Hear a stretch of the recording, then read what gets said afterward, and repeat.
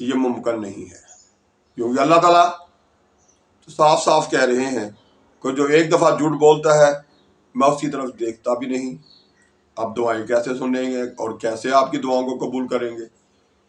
یہ ہمیں سوچنا ہے۔ غیبت کرنے والے کو کہا گیا کہ وہ ایسے ہے جیسے اپنے مردہ بھائی کا گوشت کھاتا ہے۔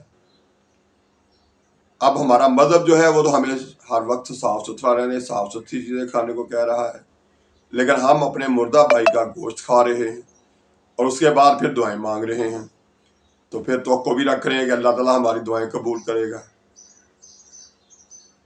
دوسروں کو تکلیف پہنچانے سے منع کیا جا رہا ہے، ہم پہنچا رہے ہیں اور پھر توقع کر رہے ہیں کہ اللہ تعالیٰ جو ہے ہماری بات سنیں گے، ہماری دعائیں قبول کریں گے۔ رشوت ہم لے بھی رہے ہیں، دے بھی رہے ہیں، یہ جاننے کے باوجود کہ دونوں کا ٹھکانہ جو ہے وہ جہنم بتایا گیا ہے، تو پھر اس کے بعد توقع کر رہے ہیں کہ اللہ تعالیٰ ہمیں دنیا میں بھی ہمارا سہارا بنے گا اور آخرت میں ہمیں جنت بھی دے گا۔ یہ وہ ساری وہی باتیں ہیں جو ہم نے اپنی کتابوں میں پڑھ رکھی ہیں یا ہم نے سن رکھی ہیں یا ہم کسی نہ کسی طرح سے انہیں جانتے ہیں، لیکن افسوس یہ ہے کہ ہم ان پر عمل نہیں کرتے، ہم ان پر غور نہیں کرتے، سوچ بچار نہیں کرتے۔ تو جب تک ہم ان کو غور کرنا، سوچنا، سمجھنا اور اس کے بعد عمل کرنا نہیں اپنائیں گے، نہ ہم دنیا میں کامیاب ہو سکتے ہیں اور نہ ہی آخرت میں کامیابی کی توقع کی جا سکتی ہے۔ تو سچے مسلمانوں اور پیارے پاکستانیوں، ہمیں اپنی عادتیں بدلنی ہیں، جھوٹ سے بچنا ہے اور سچ بولنا ہے، غیبت سے بچنا ہے، جو بات کرنی ہے، جو لوگ موجود ہیں، جو آس پاس موجود ہیں ان کے حوالے سے کرنی ہے، جو نہیں موجود ہے اس کی بات نہیں کرنی، اس کے خلاف بات کریں گے تو وہ غیبت ہے۔ رشوت لینے والا اگر باز نہیں آنا تو دینے والا باز آ جائے، نہ کروائیں وہ کام، اس کام کے بغیر زندہ رہ لیں۔ بہت ساری ایسی نعمتیں ہیں، بہت سارے ایسے کام ہیں جو ہم کیے بغیر پوری دنیا میں سے پوری اپنی عمر گزار کے چلے جاتے ہیں، تو یہ جو اگر کام کرنے کے بدلے میں رشوت مانگ رہا ہے وہ نہیں مال باز آ رہا تو آپ وہ کام چھوڑ دیں، کوئی اور کام کر لیں، اپنی منزل کا تعین کسی اور طرح سے کر لیں، لیکن اس رشوت دینے کے عمل سے باہر نکلیں۔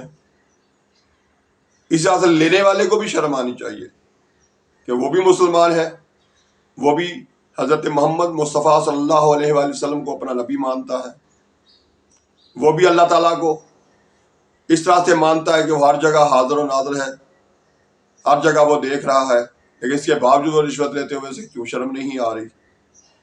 دکاندار ہے تو وہ تول میں کمی کر رہا ہے یا اپنا منافع زیادہ لے رہا ہے، اسے کیوں نظر نہیں آ رہا؟ وہ کیوں نہیں سوچ رہا کہ اللہ تعالیٰ دیکھ رہا ہے؟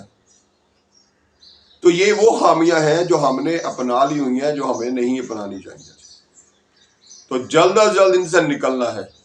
نکلنے کا طریقہ ایک ہی ہے کہ ہر وقت یہ سوچ لیں کہ اللہ تعالیٰ میرے ساتھ ہے، اللہ تعالیٰ شارق سے بھی قریب ہے، اللہ تعالیٰ دلوں میں بستا ہے، اللہ تعالیٰ ہمیں دیکھ رہا ہے۔ جب یہ بات اپنا لیں گے اور پھر یہ ذہن میں رکھ لیں گے کہ وہ اتنا طاقتور ہے کہ چند سیکنڈ میں، چند لمحوں میں وہ جو جی چاہے وہ کر ڈالے، اتنا وہ طاقتور ہے کہ جب مرضی جس کو مرضی مکمل تباہی کی طرف لے جائے اور جس وقت مرضی اسے عزت احترام دے دے، یہ سارا کچھ اس کے قبضہ قدرت میں ہے۔ حقیقی طاقتور وہی ہے۔ جب ہم یہ سوچ لیں گے، یہ سمجھ لیں گے، تو پھر ہم ان گناہوں سے بچنے کی کوشش کر سکتے ہیں۔ تو پیارے پاکستانیوں، ہم نے سچ کی طرف بڑھنا ہے، حق کی طرف بڑھنا ہے، ہم نے جھوٹے اور فریبی نعروں سے اپنے آپ کو بچانا ہے۔